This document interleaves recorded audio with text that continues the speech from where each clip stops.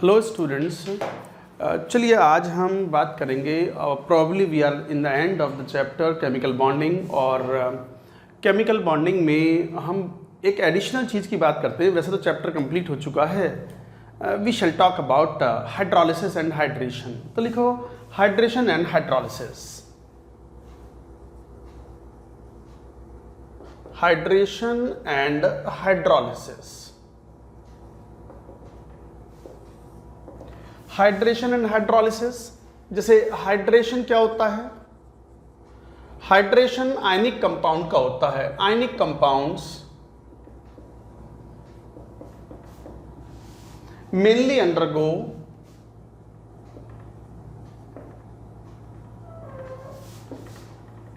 Hydration. Ionic compounds mainly undergo hydration. It is ion dipole attraction. इसे ion dipole attraction बोलते हैं हम। Dipole water का होगा क्योंकि हाइड्रेशन की बात कर रहे हैं, मतलब पानी में डुबा रहे हैं किसी आयनिक कंपाउंड को। Hydrolysis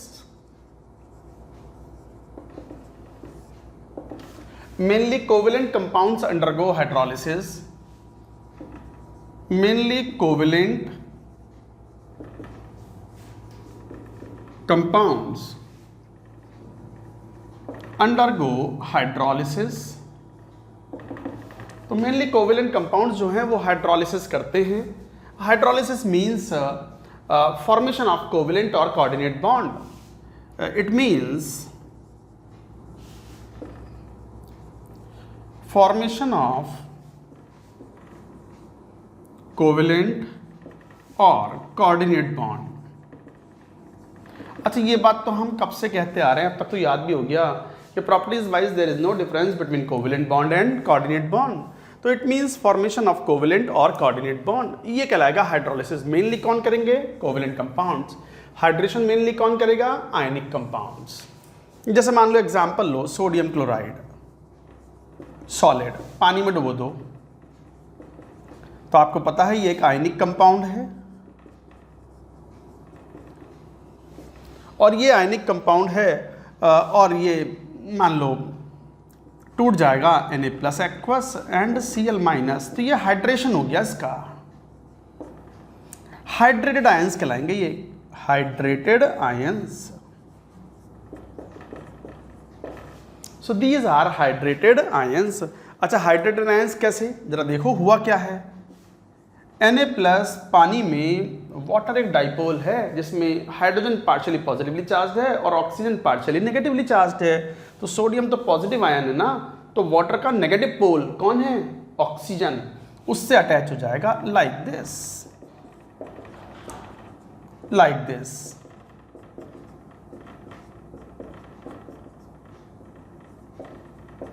like this. तो इस तरह के पोल्स डेवलप हो जाते हैं because oxygen carries partial negative charge. तो ये क्या हैं? ये आयन डाइपोल अट्रैक्शंस हैं।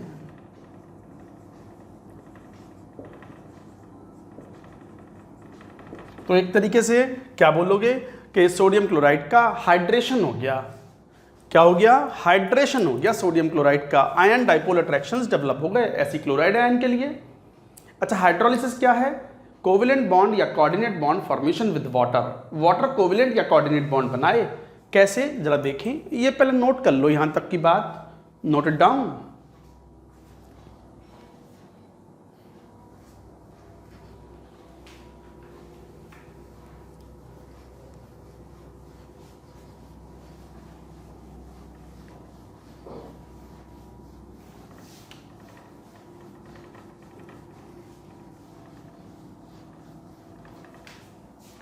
जैसे मान लो एग्जाम्पल लो एल्यूमिनियम AlCl3 का, इसकी रिएक्शन कराओ वाटर से, तो undergoes hydration as well as hydrolysis.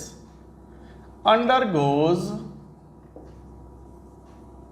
Hydration as well as hydrolysis. वैसे तो AlCl3 कोवेलेंट मॉलिक्यूल है, बट पानी के अंदर जाने पर ये आयंस में टूट जाता है और अच्छा खासा कोवेलेंट नेचर होने की वजह से फजान्स रूल Al3+ पर चार्ज काफ़ी ज़्यादा होता है, तो AlCl3 इज इनफ कोवेलेंट तो ये हाइड्रेशन भी करता है, हाइड्रोलिसिस भी करता है इस टाइप से। जैसे ये Al3+ एक्वस बनाएगा और 3Cl- एक्वस। जरा इसको देखो, ये है कैसा, ये इस टाइप का है, एल्यूमिनियम 3+। अब ये कोऑर्डिनेट बॉन्ड बनाएगा in the coordination number 6, OH2 OH2 OH2 इस टाइप से। साथ में एक लेयर बन जाएगी वाटर की as a ion dipole attraction also. तो कौन सा वाला negative pole, OHH OHH OHH इस टाइप से।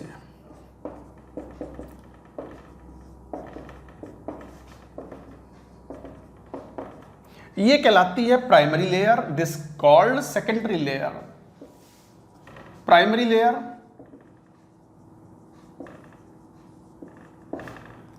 कोऑर्डिनेट बॉन्ड फॉर्मेशन, ये हाइड्रोलिसिस हुआ है।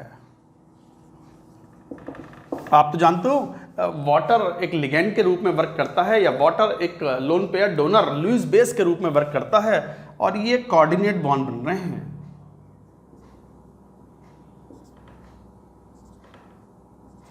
Like this. तो ये प्राइमरी लेयर हुआ हाइड्रोलिसिस। ये सेकेंडरी लेयर है, वाटर के मॉलिक्यूल्स क्लिंग करते हैं या जुड़ते चले जाते हैं in the multiple layers, and this is secondary layer. This is hydration. हाँ, Cl- तो हाइड्रेशन ही करेगा, Cl- undergoes hydration. Negative charge है तो कौन से पोल से अटैच होगा, पॉजिटिव पोल से, HOH HOH like this. So this is hydration, and this contains hydrolysis as well as hydration. तो जितना कोवेलेंट कैरेक्टर ज़्यादा होता जाएगा, हाइड्रोलिसिस की मात्रा बढ़ती चली जाएगी, और ऑलमोस्ट कंप्लीटली कोवेलेंट कंपाउंड हो तो it mainly undergoes hydrolysis. Purely ionic compound हो, ऑलमोस्ट हाईली आयनिक कंपाउंड हो, तो मेनली अंडरगोज हाइड्रेशन। चलिए बात करते हैं हाइड्रोलिसिस की। तो let us talk about the hydrolysis. Hydrolysis में हाइड्रोलिसिस के प्रोडक्ट बड़े इंपॉर्टेंट होते हैं, that we have to remember. तो ये पूरी बात एक बार नोट कर लो, note it down.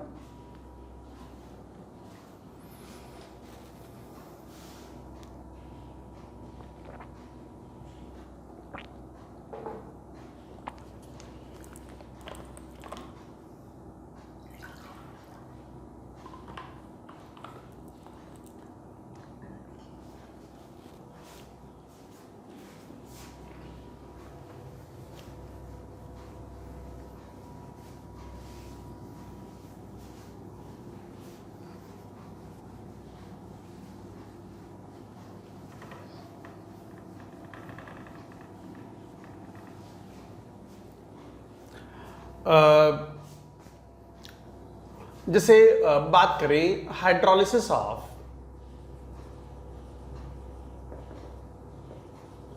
Halides, mainly halides के हाइड्रोलिसिस की यहां बात करते हैं। जैसे example, hydrolysis of BCl3, boron trichloride का हाइड्रोलिसिस कराते हैं। तो हाइड्रोलिसिस का एक बार मैकेनिज्म भी देखें। तो जैसे बोरॉन है, अब बोरॉन में तो ये बात पता है कि ये एक इलेक्ट्रॉन डेफिशिएंट मॉलिक्यूल है लाइक दिस, और इसमें एक खाली ऑर्बिटल है, वैकेंट ऑर्बिटल। तो जनरली जो हाइड्रोलिसिस होता है, तो हाइड्रोलिसिस ऑफ द हैलाइड्स में इन general halides have vacant orbital in valence shell, mainly with central atom which accepts lone pair of electron from water. तो वाटर से लोन पेयर लेता है। तो in general halides have vacant orbital in the valence shell, mainly with the central atom which accepts lone pair of electron from water. So water acts as nucleophile और अब मान लो, अब जैसे हम न्यूक्लियोफाइल, ऑर्गेनिक केमिस्ट्री में आप ये पढ़ चुके होंगे या पढ़ेंगे न्यूक्लियोफाइल क्या होते हैं। न्यूक्लियोफाइल मेनली लुईस बेसिस होते हैं, but still some difference is there between the Lewis base and nucleophile. Nucleophilicity and basicity के ऑर्डर्स थोड़े डिफरेंट होते हैं, ये ऑर्गेनिक वाले डील करते हैं। आप तो न्यूक्लियोफाइल नहीं कहना चाहो तो आप कह दो और लुईस बेस, और लुईस बेस। तो वाटर एक्ट्स एज न्यूक्लियोफाइल और लुईस बेस, वाइल एटम और halide acts as Lewis acid. अब ये तो पता ही है आपको, जिसके पास वैकेंट ऑर्बिटल होता है वो लुईस एसिड है, और जो लोन पेयर डोनेट करता है वो लुईस बेस है। तो एक तरीके से एसिड बेस रिएक्शन टाइप है ये सब। जैसे ये BCl3 है, वैकेंट ऑर्बिटल है इसमें। सर बैक बॉन्डिंग होगी, अरे वो बैक बॉन्डिंग तो जब कुछ रिएक्शन नहीं कर रहे तो थोड़ी बहुत बैक बॉन्डिंग होती है, और जब बाहर से कोई अटैक करता है तो सबसे पहले कहता है चल अपनी बैक बॉन्डिंग वापस कर, ऑर्बिटल खाली करवा, हम आ रहे हैं। हम कौन? वाटर। वाटर खुद कह रहा है हम स्वयं आ रहे हैं, हम खुद आ रहे हैं, तो खाली करवाओ ये बैक बॉन्डिंग, पूरा ऑर्बिटल खाली चाहिए हमें। तो ऑर्डर पास हो जाता है लिखित रूप में, सिग्नेचर के साथ में। तो बोरॉन बेचारा अपना कहता है चल भाई वापस ले अपनी बैक बॉन्डिंग, ऑर्बिटल खाली रखो, साहब आ रहे हैं। साहब कौन? वाटर। तो वाटर आता है OH2, इसके बाद लोन पेयर है, तो this lone pair is donated to the vacant orbital of the boron and this is SN2 mechanism. अब मान लो कई बार ऑर्गेनिक केमिस्ट्री में अगर मान लो आपने SN2 मैकेनिज्म नहीं पढ़ा है तो ये आप स्किप कर दो अभी तो, बट मैं तो बता दिया आपको ये मैकेनिज्म SN2 है। पहले एक ट्रांजिशन स्टेट बनेगी, उसके बाद में फिर डिकम्पोजिशन होने के बाद you will get the product. तो आप चाहो तो स्किप कर दो, कोई बात नहीं है। तो SN2 मैकेनिज्म से वाटर अटैक करता है और ये इंटरमीडिएट बन जाता है, या एक ट्रांजिशन स्टेट में बन जाता है Cl, और यहाँ आ गया OH2 plus, and this is Cl and this is Cl। तो एक तरीके से यहाँ फॉर्मल चार्ज आ गया ऑक्सीजन पर पॉजिटिव, और यहाँ formal charge lone pair donate करने के कारण, बट यहाँ से एक HCl को लूज कर देता है and it forms BOH Cl, ये Cl। कोऑर्डिनेशन नंबर बढ़ के 4 हो गया, coordination number becomes 4 and this is nothing but transition state TS। Mechanism जब पढ़ते हैं तो ये बात समझ में आती है, आप चाहो तो स्किप कर दो, आप तो बस ये कह दो कि BCl3 का हाइड्रोलिसिस होगा तो क्या बनेगा। पहले ये बना, अभी फिर वैकेंट ऑर्बिटल खाली हो गया, फिर वैकेंट ऑर्बिटल खाली हो गया। जब भी यहाँ सर यहाँ पे एक HCl यहाँ से हटेगा तो ये वाला बॉन्ड जब टूट के हटा तो यहाँ का वैकेंट ऑर्बिटल खाली हो गया, फिर वापस से OH2 का अटैक, फिर वापस से वही बन जाएगा प्रोडक्ट OH, एक और OH आ गया, अभी भी एक Cl है खाली ऑर्बिटल के साथ, फिर OH2 आ जाएगा लोन पेयर के साथ में, एंड फाइनली एक और HCl यहाँ से रिमूव हुआ, यहाँ से रिमूव हुआ, and you get the product. एक OH, 2 OH आ चुके हैं यहाँ पर, फिर वाटर ट्रैक करता है, and finally you get BOH OH and ये OH और H3BO3 boric acid. Boric acid is obtained. तो गाइज ये बन गया बोरिक एसिड। तो फाइनल प्रोडक्ट मैं एक साथ ही लिख दूं और पूरी रिएक्शन को, BCl3 undergoes hydrolysis to form H3BO3 boric acid plus HCl। जरा बैलेंस करोगे तो कितना 3 तो ये बन गया। Solution becomes highly acidic because of the presence of HCl formed. तो HCl सॉल्यूशन के फॉर्म में बन जाता है, सॉल्यूशन बिकम्स हाईली एसिडिक। तो BCl3 का हाइड्रोलिसिस हुआ and the product formed is H3BO3 boric acid. So like ये मैकेनिज्म था, आप चाहो तो स्किप करो, सीधा बोलो BCl3 undergoes hydrolysis to form boric acid. ये अपने आप में बड़ी इंपॉर्टेंट रिएक्शन है, ब्लॉक केमिस्ट्री में आएंगी ये रिएक्शन। केमिकल बॉन्डिंग में हम 20-30-40% ब्लॉक केमिस्ट्री पढ़ लेते हैं, ब्लॉक केमिस्ट्री में जब हम आते हैं तो काफ़ी कुछ पढ़ा हुआ होता है हमारा और स्टूडेंट्स बिकम कंफर्टेबल। तो ये केमिकल बॉन्डिंग भी 30-40% ब्लॉक केमिस्ट्री ही है। तो एक तरीके से ये रिएक्शन थी, ये था BCl3 का हाइड्रोलिसिस। इसको नोट करो। चलो फिर BF3 का हाइड्रोलिसिस भी लेते हैं, उसमें एक खास बात है, लिख लें इसको।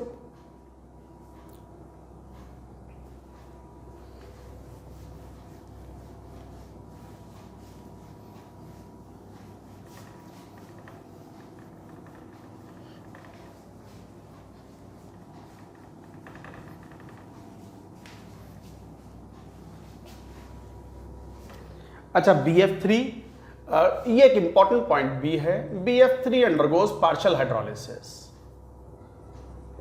BF3 undergoes partial hydrolysis. ये पार्शियल हाइड्रोलिसिस होता है, वो क्यों? जरा BF3 देखो, वैसे तो BCl3 जैसा ही है, पर जैसे ये वाटर से रिएक्शन करता है तो ये बनाता है प्रोडक्ट तो वही बनेगा H3BO3, तो H3BO3 बनाता है ये। मान लो 3 ले लिया, 3HF, बट ये जो HF है ये अटैक करता है BF3 को। HF रिएक्ट्स विद BF3, 3 बने तो ये 3 BF3 से रिएक्शन करते हैं और बना लेते हैं 3HBF4। ये बना लिया इन्होंने। तो एक तरीके से नेट रिएक्शन में ये HF कैंसिल आउट हो गए, 4BF3 3H2O लिक्विड से रिएक्शन करते हैं और बनाते हैं H3BO3 plus 3HBF4 room temperature पर।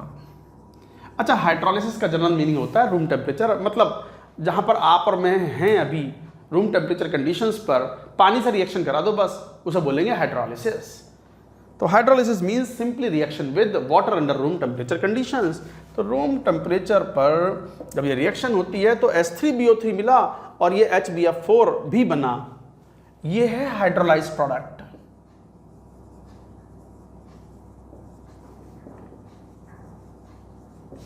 ये है हाइड्रोलाइज्ड प्रोडक्ट। गाइस ध्यान दें, ये हाइड्रोलाइज्ड प्रोडक्ट है और ये 1:3 के मोलर रेशियो में मिला है।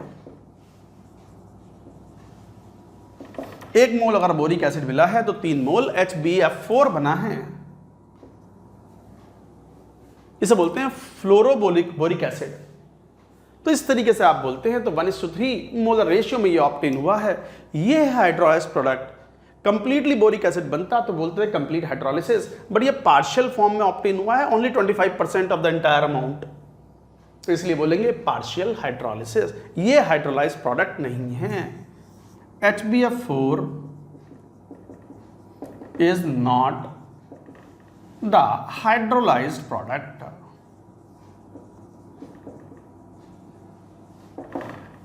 HBF4 जो प्रोडक्ट है वो हाइड्रोलाइज्ड प्रोडक्ट नहीं है। BF3 का हाइड्रोलिसिस जब कहेंगे जब वो बोरिक एसिड बनाए तो पार्शियल हाइड्रोलिसिस।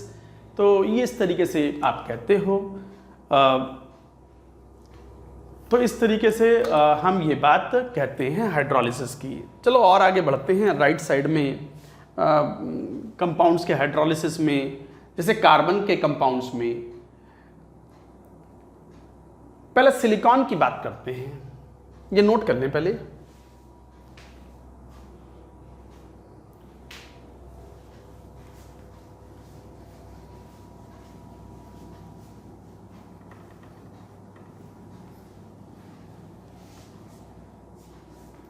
जैसे hydrolysis of, for example hydrolysis of SiCl4। CCl4 के बारे में बात करेंगे, रुको। SiCl4 का हाइड्रोलिसिस की बात करें तो सिलिकॉन के पास वैकेंट d ऑर्बिटल हैं, तो सिलिकॉन SiCl4 हाइड्रोलिसिस करता है, वाटर के साथ रिएक्शन करेगा। Silicon has vacant d orbitals in valence shell. ये हाइड्रोलिसिस कर लेगा और प्रोडक्ट बनाएगा H4SiO4 प्लस 4HCl, बट इसे बोलते हैं सिलिसिक एसिड। ये थोड़ा सा एक H2O लूज करके बनाता है H2SiO3 metasilicic acid. Metasilicic acid is a product obtain finally. But यहीं पे एक बात आती है कि जैसे SiCl4 का हाइड्रोलिसिस हो जाता है, बट SiF4 का पार्शियल हाइड्रोलिसिस हो पाता है। SiF4 undergoes partial hydrolysis. Partial hydrolysis का मतलब क्या हुआ कि SiF4 रिएक्शन तो करेगा और बना भी लेगा वो क्या, H4SiO4 प्लस 4HF। बट ये HF रिएक्ट करता है वापस से SiF4 से, बिल्कुल वैसा ही केस है जैसे BF3 में था। तो SiF4 reacts with HF to form H2SiF4, fluorosilicic acid बोलते हैं इसको। और ये दो HF के साथ रिएक्शन कर ली, S6 H2SiF6 is obtain. But ये कितने मोल्स बने थे, 4 बने थे, तो यहाँ 4 ले लो। तो यहाँ पर फिर कितना हुआ, 4 लेने पड़ेंगे यहाँ पर। तो कितना हो गया, H4SiF6 ये था, SiF4 बना, तो H2SiF6 बना। ज़रा बैलेंसिंग करेंगे तो फ्लोरीन मान लो यहाँ पर 6 आ रहा है, तो 6 ही ले लो चलो। 4HF है, बैलेंसिंग करें तो SiF4 प्लस HF 2HF ले लें। तो अगर यहाँ 4 ले लूँ तो यहाँ 2 लेना पड़ेगा, तो 2 सिलिकॉन, तो 2 ले लो। 4 हाइड्रोजन हो गए, यस, 4 दूनी 8 और 4 8 और 4 12, 6 दूनी 12 बैलेंस्ड। 4HF से 4HF कैंसिल, SiF4 कितने हो गए, 3, 4H2O liquid and it forms H4SiO4 plus 2H2SiF6। ये फर्दर H2O लूज करके बना लेता है H2SiO3। 1:2 के रेशियो मिले। This is not the hydrolysed product, केवल यही हाइड्रोलाइज्ड प्रोडक्ट है। Metasilicic acid plus fluorosilicic acid is obtain. तो लाइक दैट, या hydrofluorosilicic acid is obtain, so like that you say. तो ये याद रखने वाले पॉइंट्स हैं। SiF4 undergoes partial hydrolysis similar to कौन, BF3। यहीं पे एक इंपॉर्टेंट पॉइंट आता है, CCl4, CHCl3 etcetera do not undergo hydrolysis. मैंने फिर कहा हाइड्रोलिसिस का मतलब under room temperature conditions, under room temperature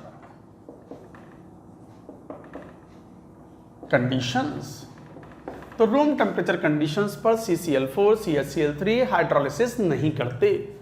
क्यों, because in CCl4, CHCl3 carbon does not have vacant orbital in valence shell.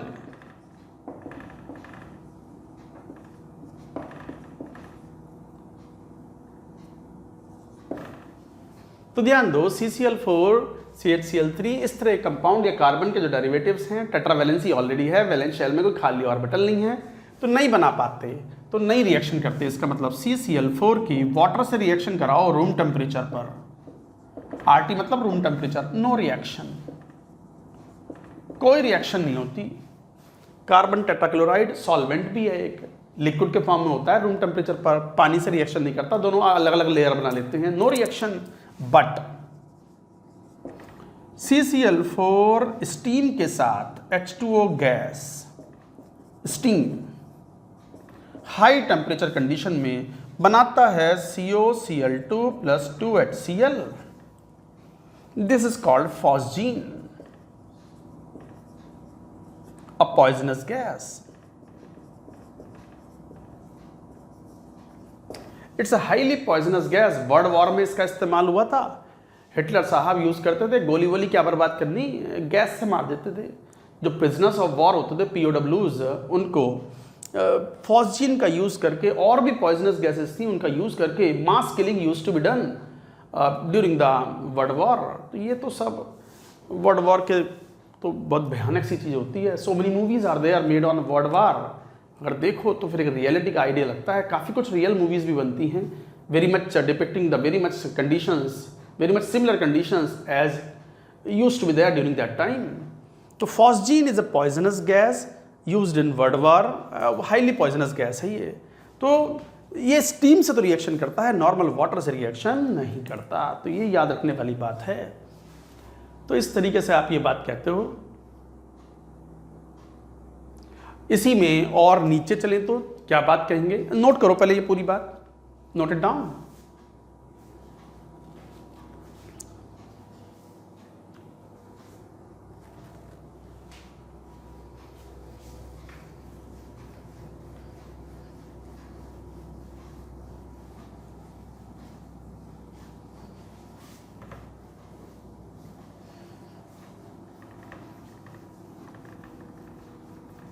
और नीचे चलो, जैसे carbon, silicon, germanium, tin, lead. SnCl4 का हाइड्रोलिसिस कराओगे, SnCl4 की वाटर से रिएक्शन, नॉर्मल वाटर से, तो इट फॉर्म्स H2SnO2 O3। तो इस तरीके से ये रिएक्शन होती है। मेटास्टेनिक एसिड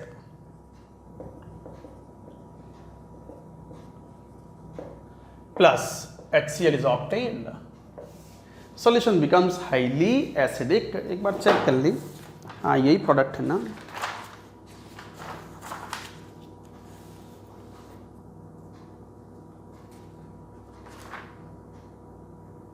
हाँ बिल्कुल। तो इस तरीके से ये मेटास्टेनिक एसिड इज ऑब्टेन्ड। सिमिलरली जैसे, बट ये वेरी इंपॉर्टेंट, SnCl2 का hydrolysis, this is very important. ये पार्शियल हाइड्रोलिसिस करता है और बनाता है SnOHCl। ये क्लाउडी, ये पार्शियल प्रेसिपिटेट बन जाता है, क्लाउडी सॉल्यूशन हो जाता है। Cloudy solution SnOHCl is partially soluble in water। ये एक बहुत ही इंपॉर्टेंट रिएक्शन है, याद रखें। Plus HCl will be formed। तो SnOHCl is formed। Similarly, PbCl4 undergoes hydrolysis to form PbO2 का प्रेसिपिटेट बन जाता है, grey black PPT plus HCl is formed। तो इस तरीके से आप ये बात कहते हो। आगे चलेंगे, जैसे नाइट्रोजन के कंपाउंड्स के हाइड्रोलिसिस, तो NCl3 का हाइड्रोलिसिस होता है तो वो क्लोरीन पे अटैक होता है वाटर का, it forms NH3 plus HOCl। अगर बात करें तो यहाँ जैसे 3 ले लो तो NH3 plus 3HOCl। So this is the product hypochlorous acid.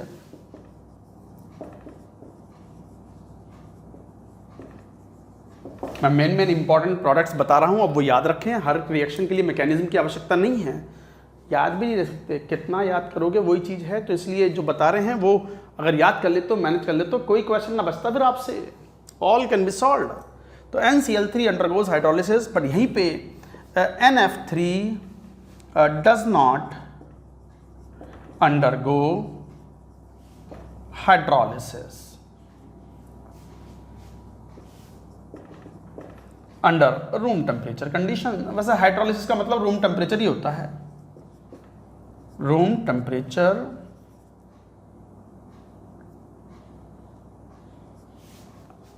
Conditions. तो रूम टेम्परेचर कंडीशंस पर NF3 रिएक्शन ही नहीं करता।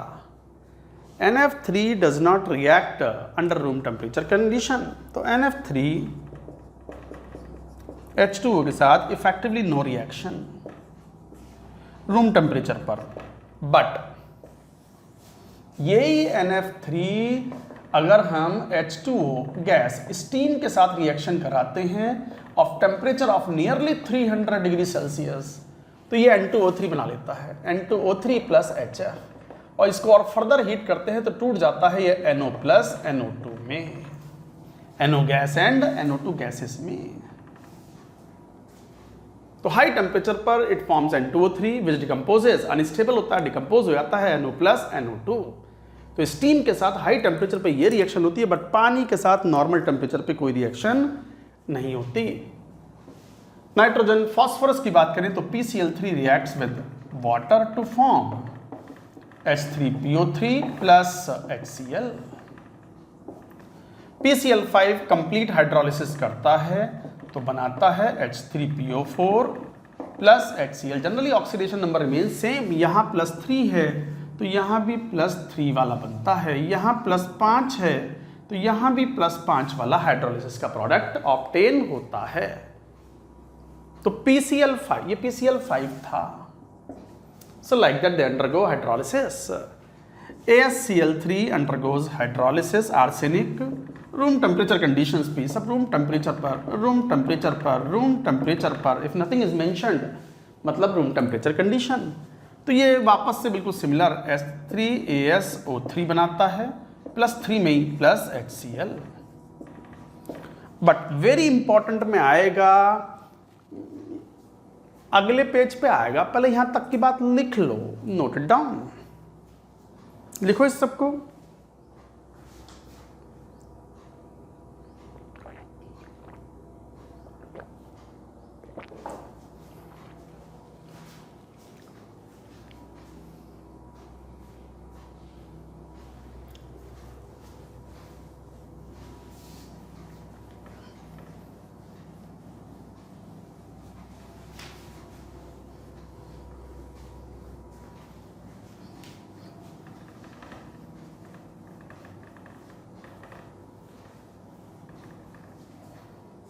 तो हम बात कर रहे थे जैसे आर्सेनिक क्लोराइड की। अब यही मान लो एंटीमनी SbCl3 है, इसका कंप्लीट हाइड्रोलिसिस हो नहीं पाता, रूम टेम्परेचर पर ये रिएक्शन करता है और ऑक्सी हैलाइड बनाता है SbOCl।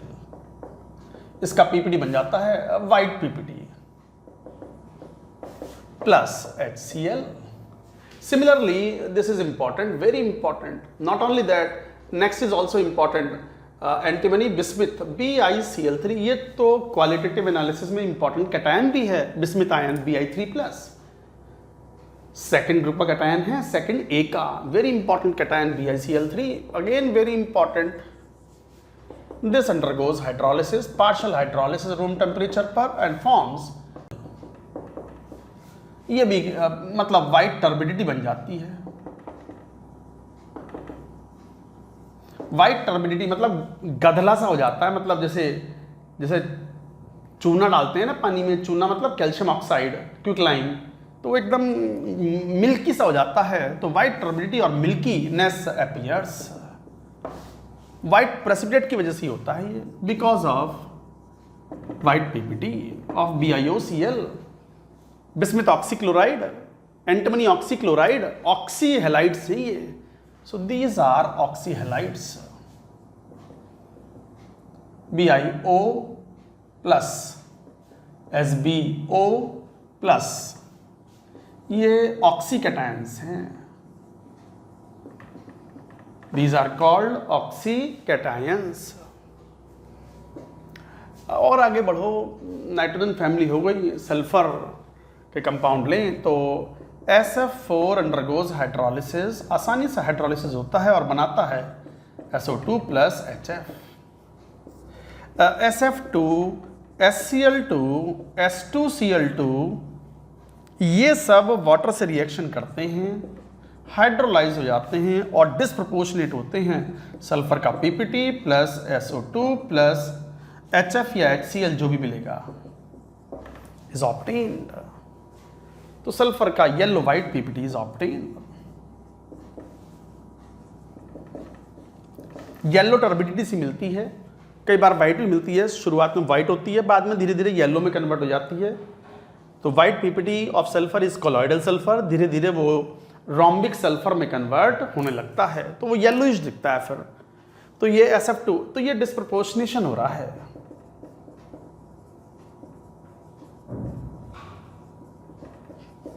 तो SF2 HCl2 +2 में है, +2 में है और ये +1 में है।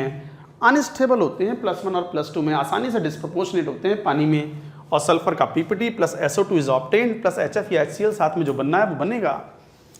Very very important, SF6 is sterically hindered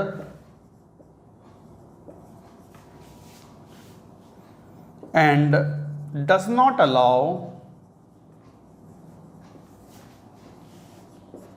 attack of water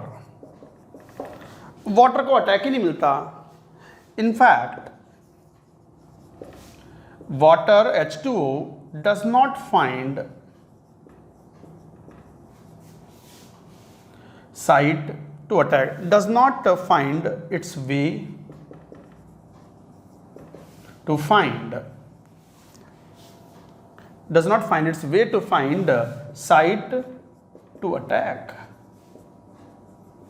as sulfur of SF6 is sterically surrounded, is sterically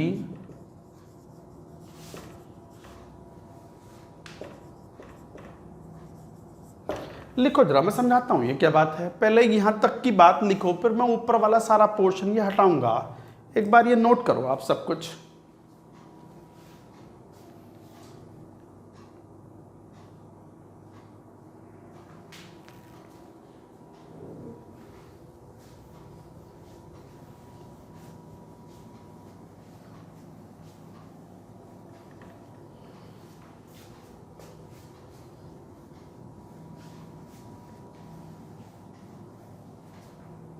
हाँ देखो, SF6 इज स्टेरिकली हिंडर्ड। जरा SF6 की स्ट्रक्चर तो देखो, सल्फर ऑक्टाहेड्रल स्ट्रक्चर है, F F F F F। अब ये sulphur 6 fluorine से इतना स्टेरिकली सराउंडेड है कि वाटर को जगह ही ना मिलती अटैक करने की। सल्फर के पास वैकेंट ऑर्बिटल तो है, d ऑर्बिटल है, वैकेंट d ऑर्बिटल। तो सल्फर के पास वैकेंट ऑर्बिटल है, ऑक्सीजन चाह रहा है वाटर का ऑक्सीजन के लोन पे या डोनेट कर दूं सल्फर को, और स्टेरिक नंबर 6 से बढ़ा के 7 कर दूं। 6 से 7 कैसे होगा? 6 में ही आपने शायद पढ़ा हुआ है पहले केमिकल बॉन्डिंग में, SF6 exist but HCl6 does not exist. 6 fluorine छोटे होने के कारण सल्फर के अराउंड अपने पोजीशन बना लेते हैं, 6 क्लोरीन नहीं बना पाते, और वाटर अटैक करेगा तो स्टेरिक नंबर 6 से 7 होएगा, क्योंकि वाटर अटैक होगा पहले SN2 मैकेनिज्म से, ट्रांजिशन स्टेट बनेगी स्टेरिक नंबर 7 होने के बाद, फिर डिकम्पोजिशन होने के बाद you will get the final product. तो वो जगह ही नहीं मिलती, तो ये स्टेरिकली हिंडर्ड है। तो sulphur is heavily sterically hindered and does not allow H2O to attack it. No hydrolysis. Not only this, ये वाटर कोई नहीं, in fact SF6 is said to be the inert compound. In fact SF6 is gas at room temperature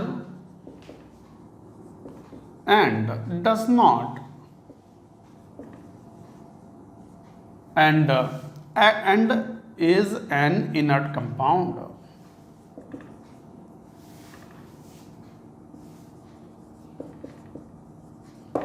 तो ये एक inert compound के रूप में होता है। तो SF6 एक गैस होती है और रूम टेम्परेचर पर ये एक इनर्ट कंपाउंड के रूप में बिहेव करता है। तो वाटर नहीं, अच्छे के अच्छे अटैक्स कोई अलाउ ही नहीं करता ये, तो it is a inert compound, does not react. जबकि उससे नीचे आओ, मान लो SeF4 की रिएक्शन कराओ या SeF6 की रिएक्शन कराओ तो कर लेगा रिएक्शन। तो SeF4 will react to form, मान लो जैसे वाटर है तो बन देगा H2SeO3 प्लस HF, या मान लो SeF6 की रिएक्शन कराओ। मैं एक बार प्रोडक्ट्स चेक कर लेता हूँ, सल्फर के डेरिवेटिव्स के प्रोडक्ट्स जैसे SeF4 H2SeO3, ये H2SeO4 प्लस HF, ये हटा देते हैं नीचे में।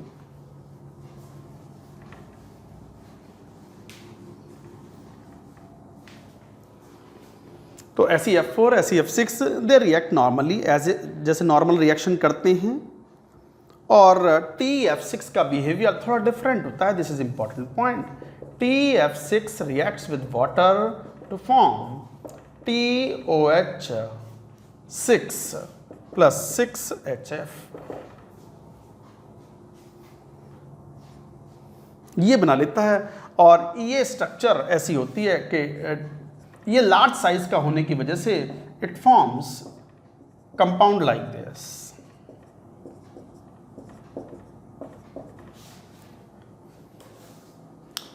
अच्छा, कई बार डाउट होता है सर सेलेनियम तो ऐसे न बना रहा, सेलेनियम तो कंपाउंड बनाएगा मान लो, और उसमें से एक H2 लूज करके H2SeO4 बना रहा है, जैसे सल्फ्यूरिक एसिड होता है।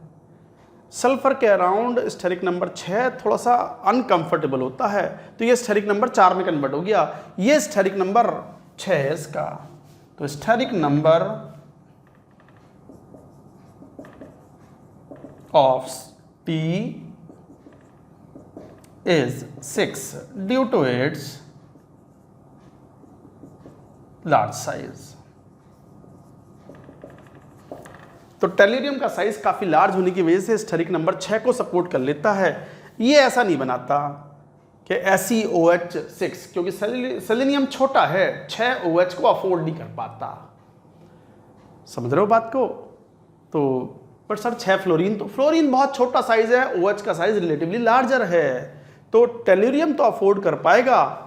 ऐसी स्ट्रक्चर सेलेनियम या सल्फर में नहीं पाई जाती। ये नहीं होता SOH OH OH, ये OH, ये OH, ये OH। No, it does not exist. SeOH, ये OH, इस तरीके से OH, नो ये डज नॉट एग्जिस्ट, अनस्टेबल है ये। अब यही वाला बात हो गया कि सर यहाँ ऐसे प्रोडक्ट क्यों ना बने जैसे ये बना रहा है। अरे टेल्यूरियम का साइज बहुत बड़ा है, ये 6 OH को अफोर्ड कर लेता है अराउंड इट। स्टेरिक हिंड्रेंस काफ़ी घट जाती है साइज बड़ा होने की वजह से, साइज छोटा होने की वजह से फ्लोरीन तो आ सकते हैं 6, SeF6 भी बन सकता है, OH ना पाएंगे। थोड़ा बुद्धि लगाओ, रट तो लो गई बट बुद्धि भी लगाओगे तो समझ करके अगर कोई बात याद करते हो ना तो लंबे समय तक याद रहती है। तो like that you say these are the hydrolysis, this is important reaction, याद रखें। TeF6 undergoes hydrolysis to form TOH6, different kind of product is formed because tellurium can afford steric number 6 because of its large size। हो गए, थोड़े से एक काम करेंगे, बात कर लेते हैं hydrolysis of halogen compounds also. ये नोट कर लो पहले पूरी बात, note it down.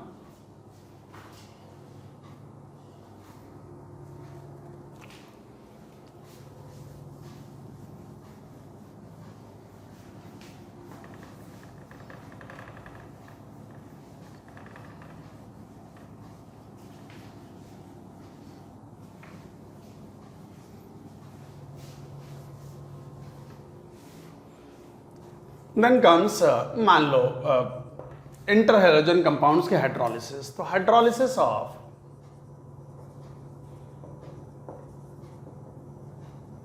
Inter halogen compounds, जैसे मान लो ClF3 है, ये इंटर हैलोजन कंपाउंड्स हैं, क्लोरीन भी हैलोजन है और फ्लोरीन भी हैलोजन है। तो जब भी इनका हाइड्रोलिसिस करोगे तो ये याद रखना है कि जो छोटा हैलोजन है वो हाइड्रो एसिड बनाएगा जैसे HF, और जो बड़ा वाला हैलोजन है वो ऑक्सी एसिड बनाएगा जैसे HClO2 in the same oxidation state. ये +3 में था तो +3 का ऑक्सी एसिड बना, and this is hydro acid.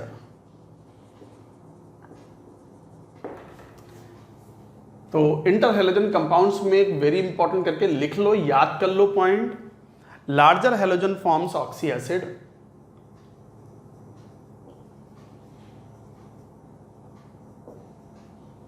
forms oxy acid,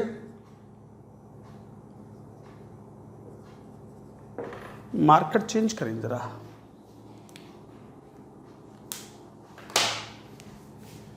and smaller halogen,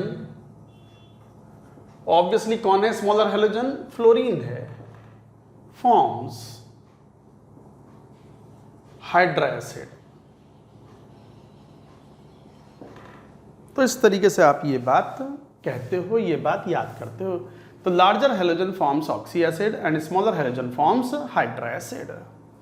तो ClF3 इस तरीके से, मान लो BrF5 है, कराओ हाइड्रोलिसिस तो क्या होगा बोलो? HF बनेगा प्लस HBrO3 बनेगा +5 में, क्योंकि ये +5 में था। ICl का हाइड्रोलिसिस कराओ तो बताओ क्या बना दूं? HCl बना दो प्लस HOI बना दो, +1 में है तो +1 का ही बनेगा। Got the point?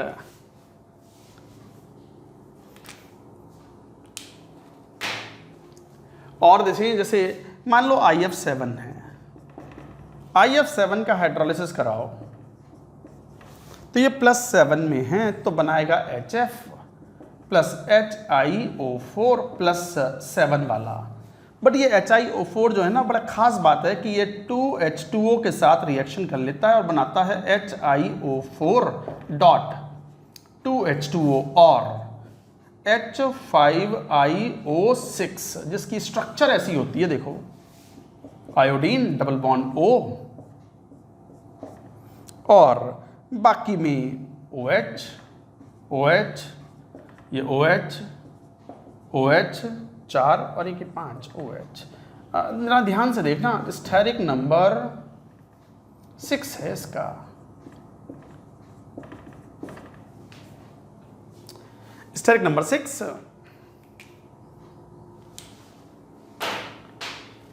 Very important. ये तो सभी इंपॉर्टेंट थे और खासकर ये very very important. P block में ये बहुत बहुत इंपॉर्टेंट पॉइंट्स हैं। एक साथ सारी रिएक्शंस एक जैसी लिखने को मिल रही हैं या एकता मिल जाती हैं तो स्टूडेंट्स की परेशानी बहुत कम हो जाती है कि हाँ एक साथ हमने हाइड्रोलिसिस इंपॉर्टेंट कंपाउंड्स के सारे पढ़ लिए। तो देखो IF7 है, छोटे हेलोजन ने हाइड्रा एसिड बना लिया, बड़े वाले ने ऑक्सी एसिड बना लिया। पर चूंकि आयोडीन जो है वो लार्ज साइज का है तो अपना स्टेरिक नंबर लार्ज रख सकता है, 6 रख सकता है। तो HiO4.2H2O या H5IO6 बना लेता है। स्ट्रक्चर इज लाइक दिस, एक डबल बॉन्ड है और ये 5 OH बॉन्ड्स, OH लग गए। ऑक्टाहेड्रल ज्योमेट्री है around iodine, steric number is 6। Large steric number of iodine is possible because of large size. तो लिख लेंगे large steric number is equal to 6 for I in H5IO6 is due to its large size. In fact ये structure भी important है। कई बार पूछ सकते हैं आपसे कि बताइए कि what is the structure of H5IO6। Obviously ये जो बॉन्ड होगा एक पाई बॉन्ड है, तो कौन सा बॉन्ड है ये? ऑक्सीजन तो पी ऑक करेगा और आयोडीन डी ऑर्बिटल ऑफर करेगा, तो पी पाई डी पाई बॉन्ड, पी पाई डी पाई बॉन्ड है ये। कभी कभी पूछ भी लेते हैं ये कि बताओ कितने पी पाई कितने पी पाई डी पाई बॉन्ड। आपने क्वेश्चन सॉल्व भी किए हैं पहले, SO2 और SO3 का एग्जाम्पल तो मैंने ही कराया आपको, मैंने ही करवाया है आपको ये। That is it guys, this is the hydrolysis major compounds में। अब वैसे तो नोबल गैसेस के भी हाइड्रोलिसिस होते हैं, XeF2, XeF4, XeF6। तो उनके हाइड्रोलिसिस अकॉर्डिंगली हम जब ब्लॉक केमिस्ट्री पढ़ेंगे वहाँ लेंगे, वो थोड़ा स्पेसिफिक टाइप के होते हैं, वहाँ और भी केसेस जनरेट होते हैं, वो हम वहीं बात करेंगे। तो ये था केमिकल बॉन्डिंग। चलिए अब बात करते हैं एक नए चैप्टर की। आज हम स्टार्ट कर रहे हैं अब इसको केमिकल इक्विलिब्रियम। तो हेड लिखो केमिकल इक्विलिब्रियम।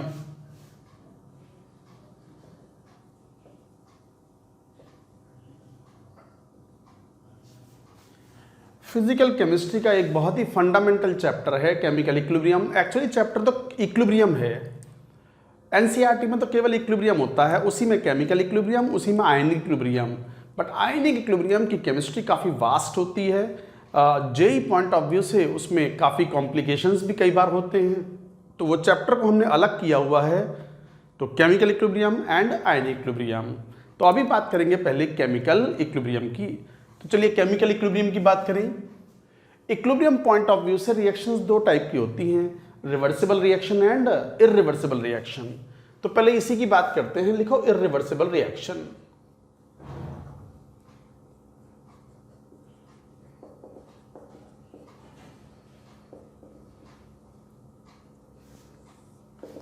इरिवर्सिबल रिएक्शंस क्या होती है? इरिवर्सिबल रिएक्शन नाम से मालूम पड़ रहा है, एक ही दिशा में एक ही डायरेक्शन में चलने वाली रिएक्शंस जिसमें reactants are completely converted into products. तो लिखो a unidirectional reaction in which reactants bracket में at least limiting reactant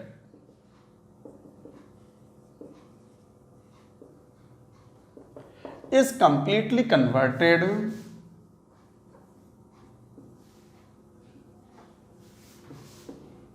or completely consumed and forms products। देखो क्या बात कर रहे हैं, इरिवर्सिबल रिएक्शन का मतलब यह है कि यूनिडायरेक्शनल रिएक्शन है, एक ही दिशा में एक ही डायरेक्शन में चलने वाली reaction in which reactants at least limiting reactant is completely consumed and forms products.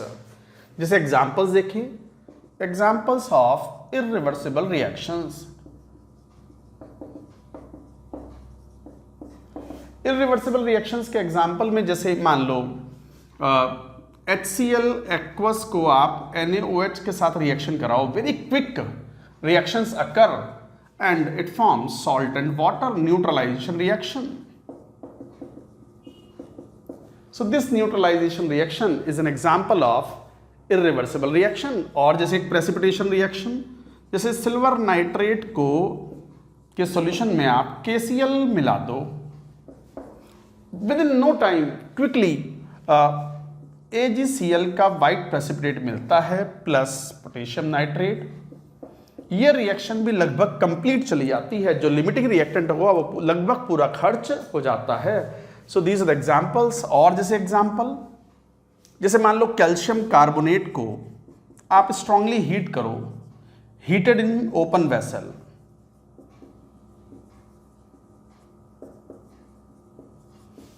आप कैल्शियम कार्बोनेट को स्ट्रांगली हीट करो, हीटेड इन ओपन वेसल, तो क्या होगा, कैल्शियम ऑक्साइड बनेगा और CO2 गैस बाहर उड़ जाएगी।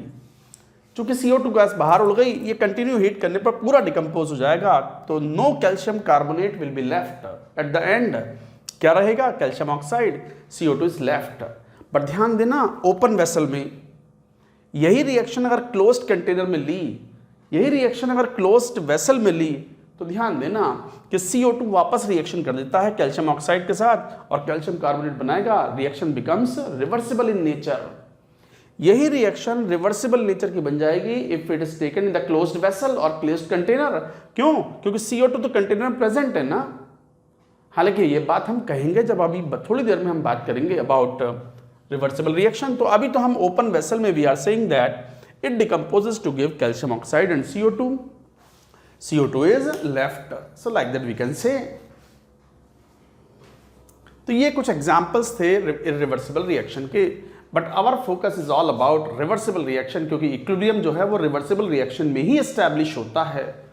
हेडिंग लिखो रिवर्सिबल रिएक्शंस, पहले नोट कर लो।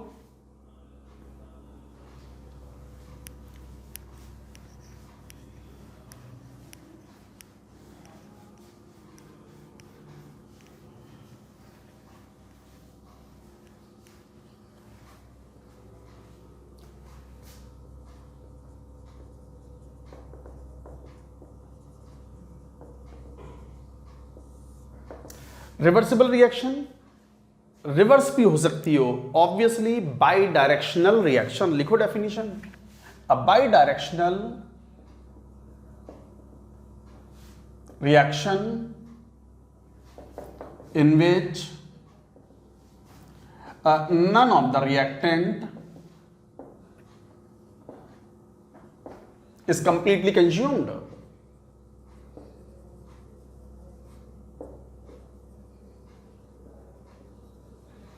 तो रिवर्सिबल रिएक्शन क्या है? बाई डायरेक्शनल रिएक्शन है in which none of the reactant is completely consumed and a state called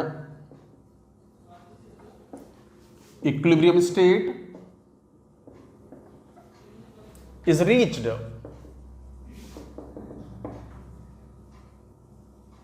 So a bidirectional reaction in which none of the reactant is completely consumed and a state called equilibrium state is reached at which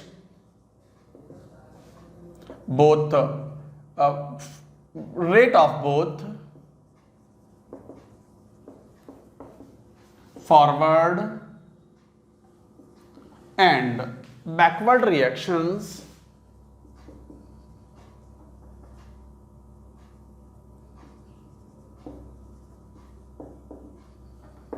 become equal. क्या बात बोल रहे हैं? A bidirectional reaction in which none of the reactant is completely consumed and a state called equilibrium state is reached at which the rate of both forward and backward reactions become equal. तो forward and backward reactions equal हो जाती हैं। At equilibrium ऐसा लगता है कि सब कुछ रुक गया है। तो at equilibrium concentration, enthalpy, entropy, all colour, all the properties become same. तो at equilibrium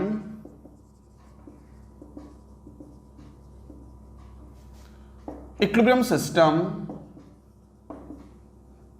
has a definite or constant density, color, concentration of species, etc. तो इक्विलिब्रियम पर, इक्विलिब्रियम सिस्टम की एक डेफिनेट या कांस्टेंट डेंसिटी होती है, एक certain colour होता है, concentration of the species become constant and all those things. तो ये प्रॉपर्टीज हैं रिवर्सिबल रिएक्शन की। जैसे examples of reversible reaction,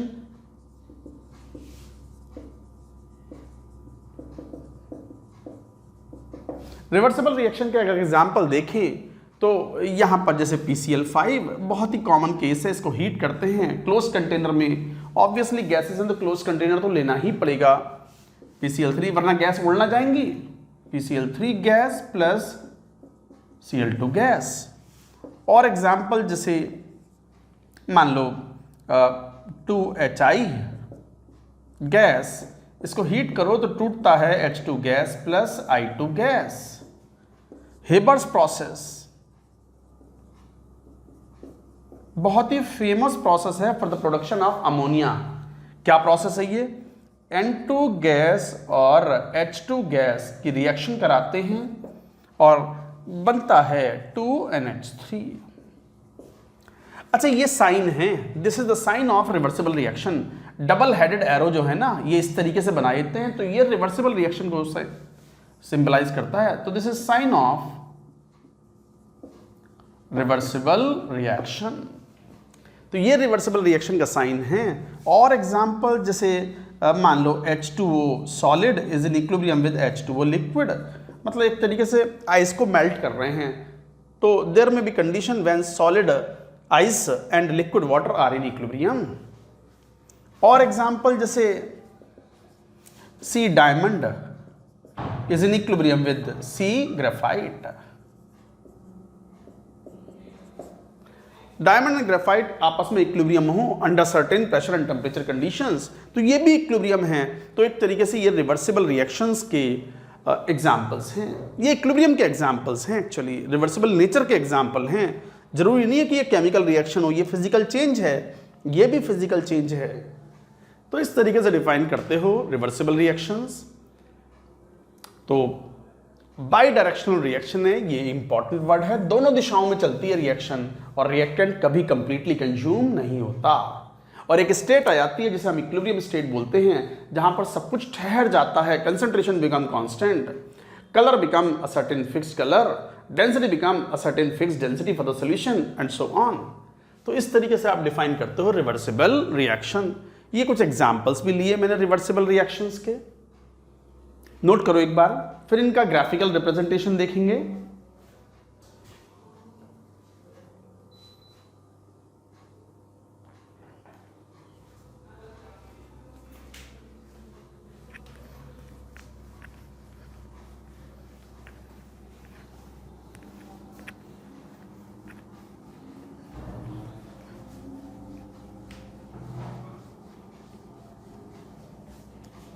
graphical representation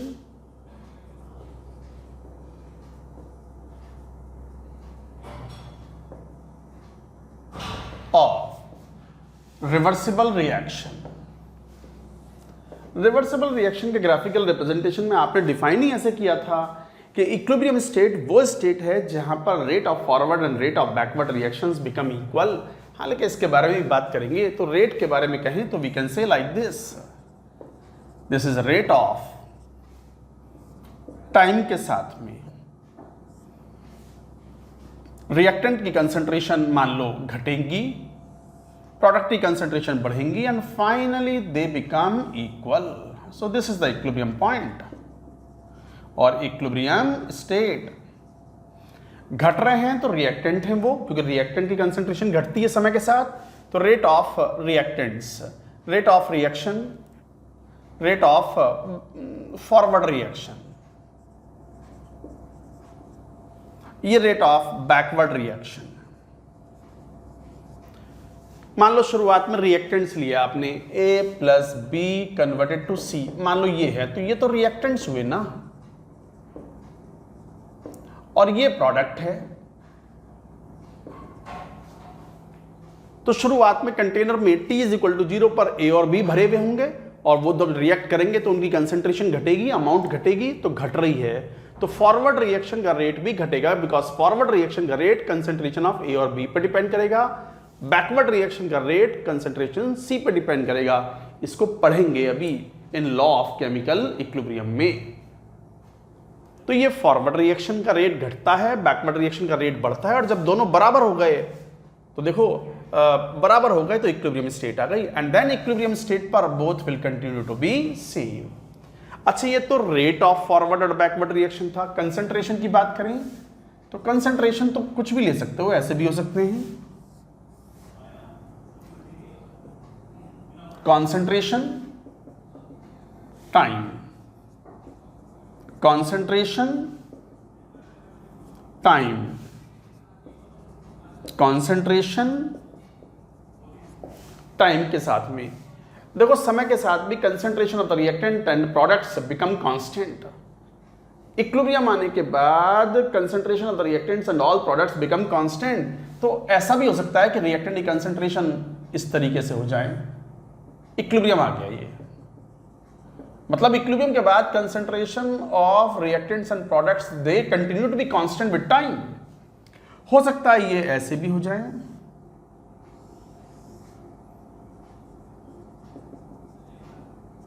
concentration of this is product, this is reactant, this is reactant, this is products। हो सकता है equal भी हो जाए,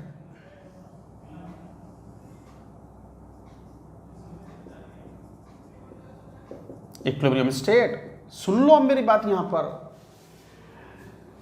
इक्विलिब्रियम अगर आ गया है तो concentration of reactant and product constant हो जाएंगे, need not be equal. Equal हो भी सकते हैं, अलग अलग भी हो सकते हैं, जैसे यहां रिएक्टेंट कम है प्रोडक्ट, यहां रिएक्टेंट ज्यादा है प्रोडक्ट कम है, यहां रिएक्टेंट कम है प्रोडक्ट, कुछ भी पॉसिबल है, but will remain constant.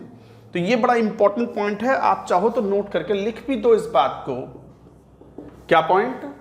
Equilibrium state पर concentration of the reactant and product need not be equal but will remain constant. This is an important point. At equilibrium concentration of reactants and products need not be equal but will remain constant. बहुत important statement है। Equilibrium state पर, equilibrium state कौन सी होती है? Bidirectional reaction है, reversible reaction है, forward भी चल रही होगी, बैकवर्ड भी चल रही होगी। जब rate of forward and rate of backward reaction से इक्वल हो जाए तो हम बोलते हैं equilibrium state.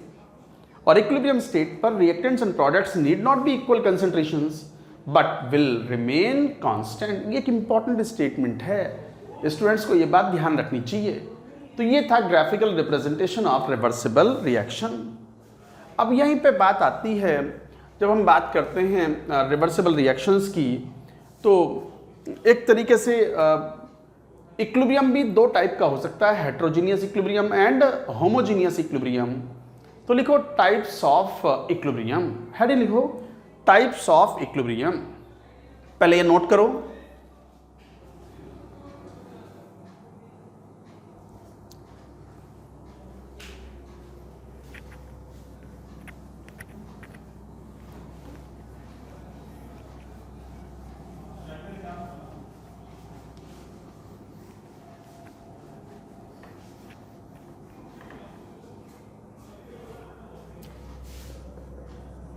Types of equilibrium.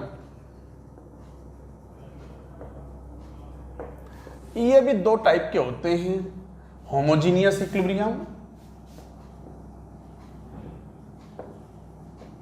And heterogeneous equilibrium.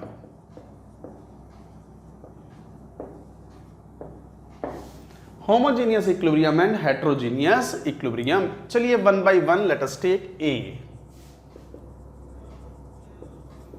Homogeneous equilibrium, वो नाम से मालूम पड़ रहा है होमोजीनियस, जैसे सॉल्यूशन होता है ना, लिक्विड सॉल्यूशन, होमोजीनियस सॉल्यूशन, तो इसका मतलब सेम फेज में हो। तो होमोजीनियस इक्विलिब्रियम का मतलब ये है कि when all the reactants and products are in same phase, when all the reactants and products are in same phase.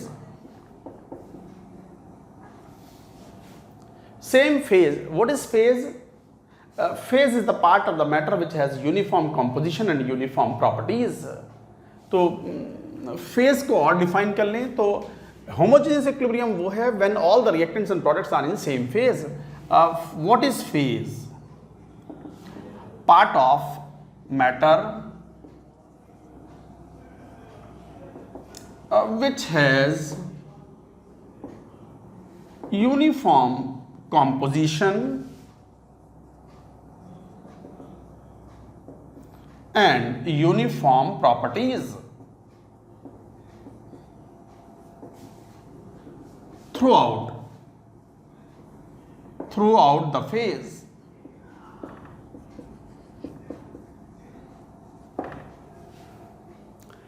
So what is phase? Part of the matter which has uniform composition and uniform properties throughout the phase, that is called phase.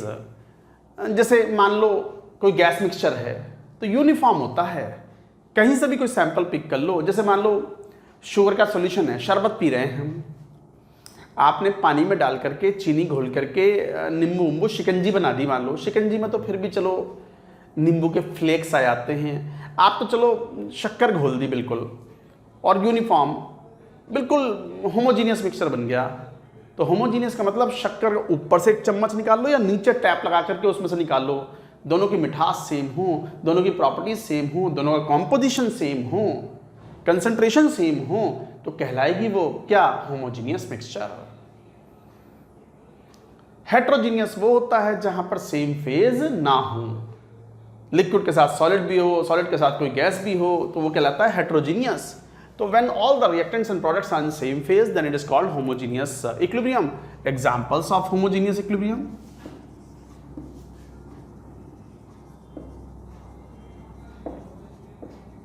जैसे यही ले लो, PCl5 gas का जब decomposition कराते हैं तो PCl3 gas plus Cl2 all are in gas phase, और gases हमेशा होमोजीनियस मिक्सचर बनाती हैं। mixture of the gases in all the compositions with all the compositions are always homogeneous। तो ये homogeneous mixture हुआ। और जैसे मान लो N2 plus 3H2 2NH3 ammonia का प्रोडक्शन। यहाँ भी सभी reactants and products are in gaseous phase, same phase में हैं। तो ये सब एग्जाम्पल्स हो गए होमोजीनियस इक्विलिब्रियम। अगर मान लो कंप्लीटली मिक्सिबल सॉल्यूशंस बना रहे हैं तो वो भी होमोजीनियस है, जैसे CH3COOH लिक्विड C2H5OH लिक्विड में मिला दिया जाए तो ये भी एक रिवर्सिबल रिएक्शन होती है, ईस्टर फॉर्मेशन होता है। When alcohols react with carboxylic acid they form Easter. तो ईस्टर फॉर्मेशन में क्या हुआ, CH3COO C2H5 liquid plus H2O liquid. ऐसा नहीं है कि एसिटिक एसिड की लेयर नीचे, अल्कोहल की लेयर ऊपर, ईस्टर की लेयर और ऊपर, पानी सब मुंह पे ऊपर, ना अलग अलग लेयर ना है ये। अगर ये अलग अलग लेयर होती तो मिक्सिबल ना होते, तब ये हेट्रोजीनियस होता। ये तो यूनिफॉर्म सॉल्यूशन है, हैविंग यूनिफॉर्म कॉम्पोजिशन, पूरा मिक्सिबल है। आप तो जानते हो carboxylic acid through hydrogen bonding बढ़िया घुलते हैं पानी के अंदर। अल्कोहल्स तो फेमस ही हैं, सब जानते ही हैं, पानी मिलाते ही हैं अल्कोहल में, तो डेली बेसिस पे लोग मिलाते हैं। तो अल्कोहल में पानी मिक्सिबल है in all the proportions, even ester is soluble in water in all the proportions. तो इस तरीके से आप एक बात कहते हो तो ये एक तरीके से होमोजीनियस है। तो it is a homogeneous mixture, homogeneous है तो होमोजीनियस इक्विलिब्रियम। तो इस तरह के एग्जाम्पल्स लेते हैं हम फॉर होमोजीनियस इक्विलिब्रियम। चलो लेते हैं बी, हेट्रोजीनियस इक्विलिब्रियम। पहले ये बात नोट करो पूरी, नोट इट डाउन।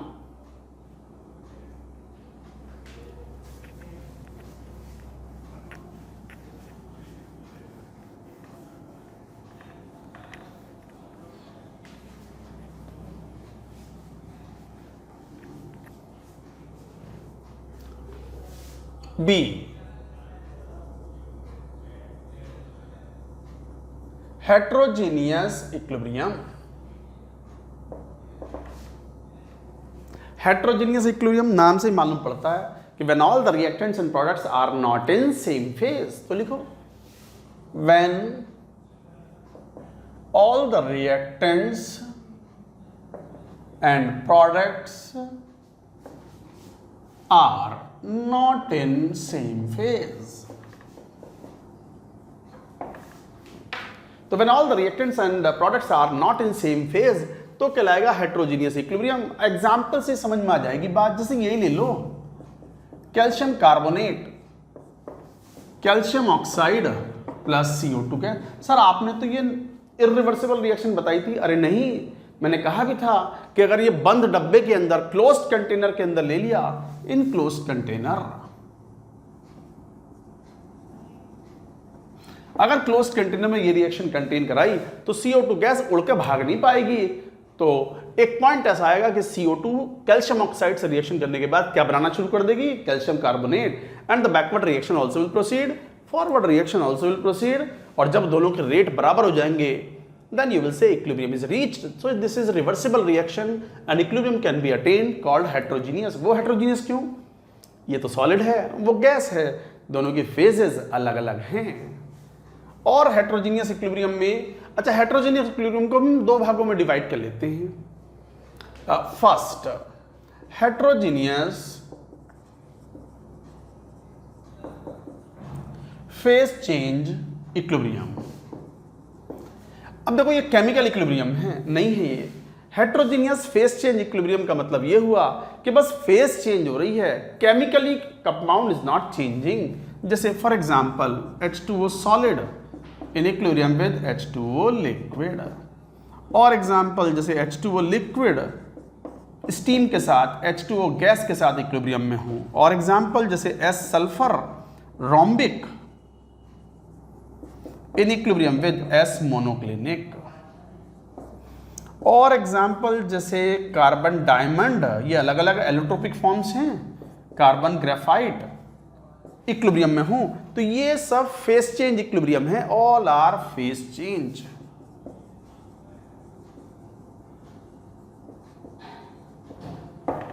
ये फेज चेंज इक्विलिब्रियम हुआ। chemically substance remains same.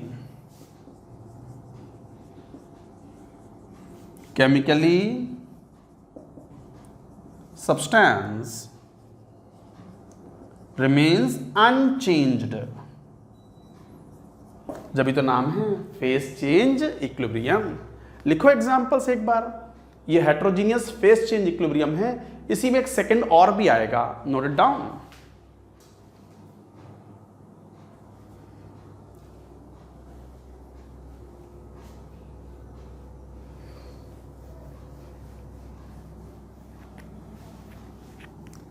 वैसे ये चैप्टर बड़ा कंफर्टेबल है, आसान है,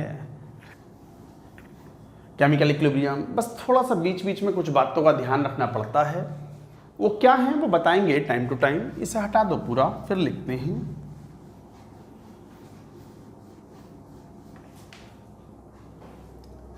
सेकंड, हेट्रोजीनियस केमिकल इक्विलिब्रियम। अब नाम से मालूम पड़ रहा है कि कंपाउंड की जो नेचर है केमिकली चेंज हो चुकी है। तो हेट्रोजीनियस केमिकल रिएक्शन का सबसे कॉमन एग्जांपल, कैल्शियम कार्बोनेट को थर्मली डिकम्पोज कराओ हीट करने पर। हीट रिवर्सिबल साइन लगा दो अगर हम इक्विलिब्रियम की बात कर रहे हैं तो, कहीं अगर रह गया हो तो भी आप लगा देना। तो calcium oxide plus CO2 gas. Of course ये बात लिखनी जरूरी है, इन क्लोज्ड वेसल। अरे क्लोज्ड वेसल नहीं होगा तो CO2 गैस उड़ जाएगी और ये रिएक्शन क्या बन जाएगी, इरिवर्सिबल। और इरिवर्सिबल में इक्विलिब्रियम नहीं आता। इक्विलिब्रियम किस में अटेन होता है, रिवर्सिबल रिएक्शन में। तो कैल्शियम कार्बोनेट का थर्मल डिकम्पोजिशन करते हैं तो इक्विलिब्रियम एस्टेब्लिश हो जाता है एंड इट इज इनफैक्ट ये भी याद रखो कि इक्विलिब्रियम हमेशा क्लोज सिस्टम में ही अटेन होता है। तो true equilibrium always attains in close system. लिख लो इस बात को एज ए नोट करके। True equilibrium attains in a closed system. Close system का मतलब थर्मोडायनेमिक्स में जैसे सिस्टम सराउंडिंग डिफाइन करते हैं, सिस्टम मतलब जिसको हम स्टडी कर रहे हैं। तो ट्रू इक्विलिब्रियम अटेन्स इन ए क्लोज सिस्टम और इन क्लोज्ड वेसल। तो इसलिए मैंने यहां क्लोज्ड वेसल लिखना जरूरी है। और एग्जांपल्स ले लें,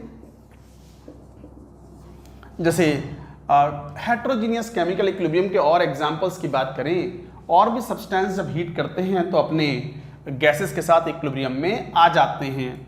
जैसे मान लो जिंक प्लस H2SO4। वैसे तो ये काफ़ी कुछ इरिवर्सिबल नेचर की होती है, बट फिर भी रिवर्सिबल नेचर आ जाती है इसमें।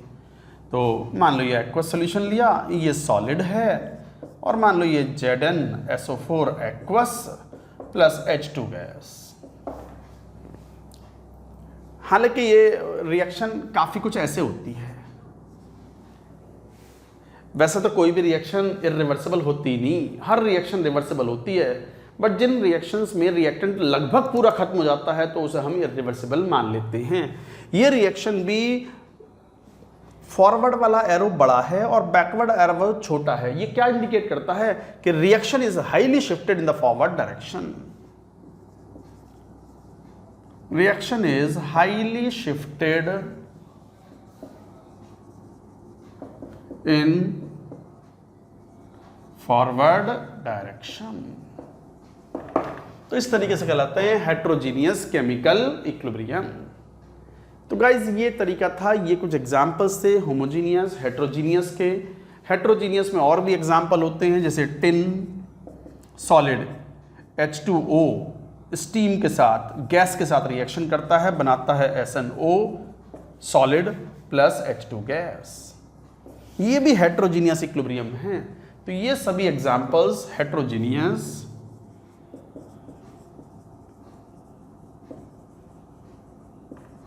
केमिकल इक्विलिब्रियम के एग्जाम्पल्स हैं। तो गाइज ये था हमने बात की हेट्रोजीनियस केमिकल इक्विलिब्रियम की, होमोजीनियस केमिकल इक्विलिब्रियम की।